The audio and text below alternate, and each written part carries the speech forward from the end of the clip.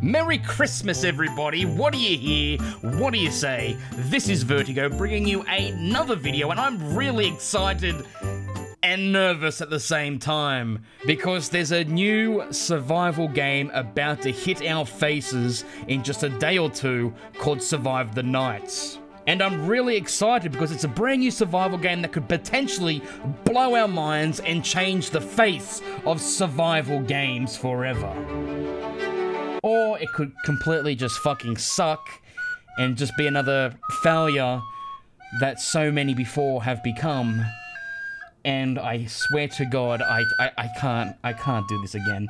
I can't get my hopes up and get my dreams fucking crushed. Conan, I'm looking at you, you son of a bitch. But Survive the Nights is a brand new survival game that maybe you guys haven't heard about. Maybe you have. I don't know. But I'm going to cover it anyway and just go through what this game's about.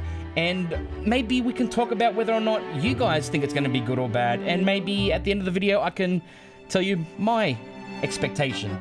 So let's jump right in. Let's just read a quick, brief description about Survive the Nights. Survive the Nights is a unique FPS survival game focusing on teamwork, fortification, creativity, and strategy. Secure a structure or roam free. The choice is yours. Survive the Nights focuses on realistic survival, post-zombie infestation. The game takes advantage of day and night cycles. Preparing during the daylight hours when moving around the world is less risky. Make use of existing structures instead of building them. Play as a team to better your chances surviving each night. First thing, I know what you guys are gonna say. You're probably typing it in your fucking keyboards right now. Zombies, zombies, fucking zombies. I get it. I really do. Zombies have been done to death. We've had so many games with zombies. I got zombies come out of my fucking ears. But let me ask you a very important question. Out of all these zombie games that have been released in a survival genre, how many of them have actually been good? When you think about it like that, the list really shrinks.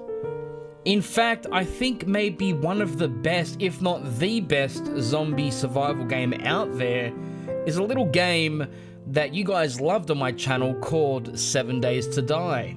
And this game, Survive the Nights, really reminds me of 7 Days to Die.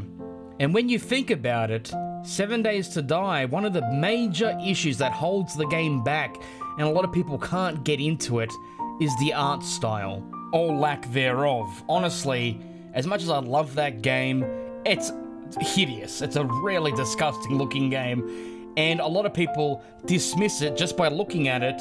And those that do give it a chance can't immerse themselves in the world because of just how ugly it looks.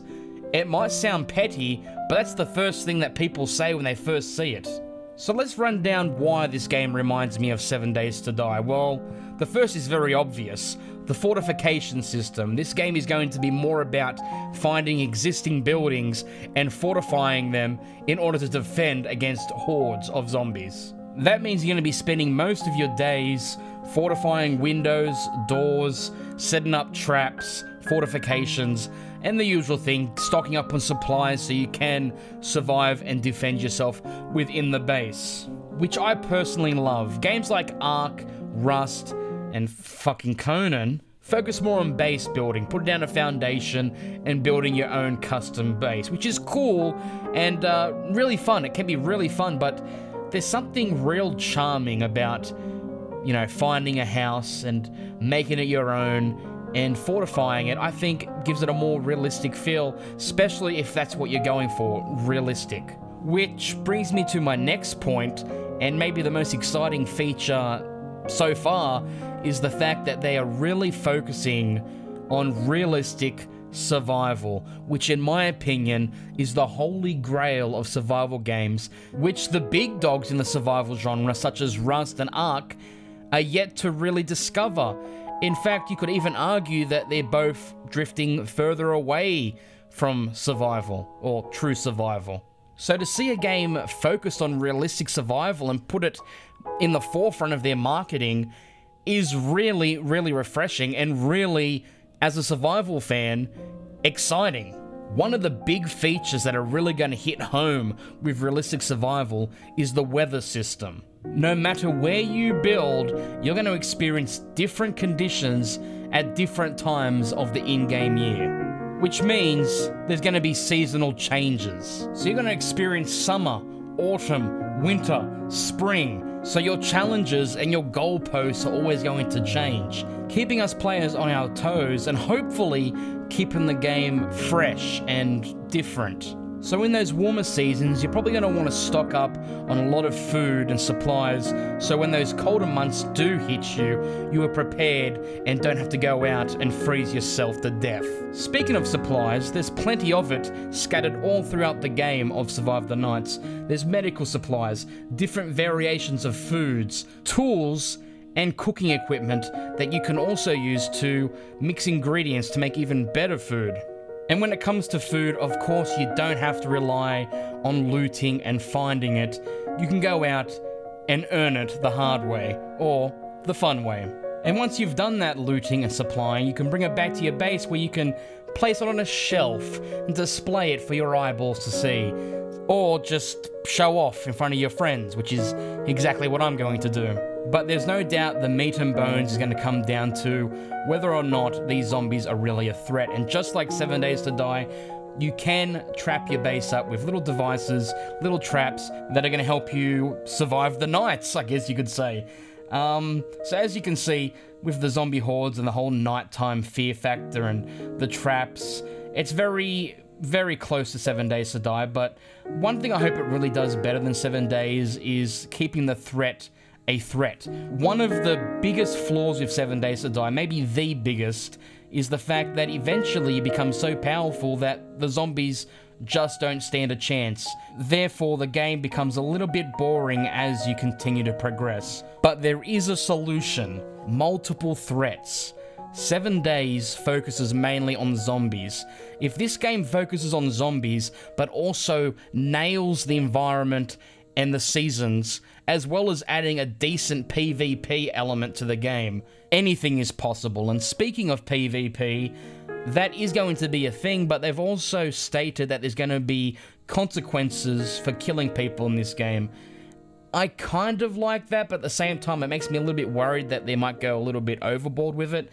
They're very vague, but apparently there's going to be some kind of mental penalty for committing murders and such. I don't know if it's going to cause you to shake or cause your character to just go mentally insane, but running around and just murdering people for no reason sounds like it's not going to be a great thing to do. So it's going to be probably just kill to survive and do what you have to do to survive, instead of just going out and killing people for no reason, which I guess is cool, but it all comes down to whether or not they do it the right way.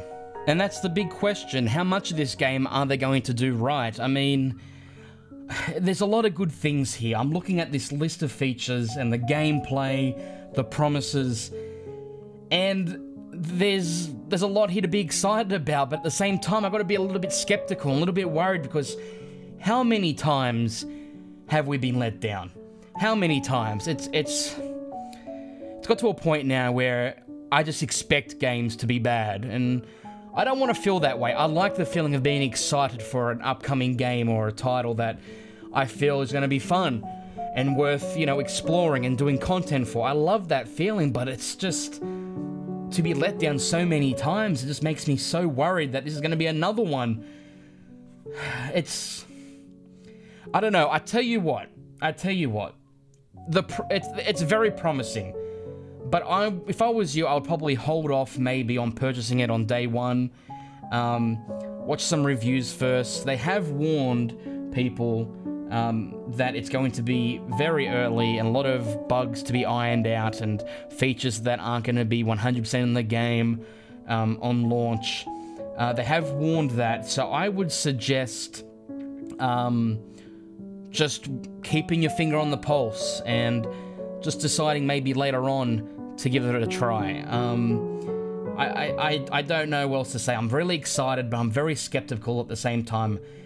I don't know, what do you guys think? You're looking at this game, does it excite you? Does it worry you? Is this something that you're going to be interested in maybe trying out, even if it has bugs on the launch? I'd love to hear your opinion, because this genre, I think, is missing a survival game that just captures all these elements that people are looking for. Rust is really good for PvP. 7 Days to Die is great for PvE. The Forest is good for survival, but it's not a big multiplayer game where you can do PvP and such. So a game that combines all these elements of PvE, survival, PvP, all of that mixed into one game is a recipe for a goddamn masterpiece. And this game is promising a lot of these features. It's just whether or not they can execute them and do these things justice. I think it looks promising, but I would hold off on my excitement a little bit. And we'll find out. We'll find out in a couple days just how broken the game is on launch. And then as they progress to iron out those bugs, we'll see whether or not this is the real deal or not. And I really hope it is. I love 7 Days to Die. I really love survival, hardcore survival, realistic survival. I love all that. I just want to see it done right.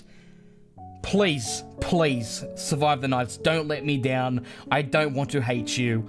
I don't want to hate you. Leave a comment down below what you think of the game. Are you excited? Are you reserved? Are you skeptical? Let me know what you think of the features overall as well. I'm very keen to see what you guys think. Anyway, I'll talk to you guys next time. I love you.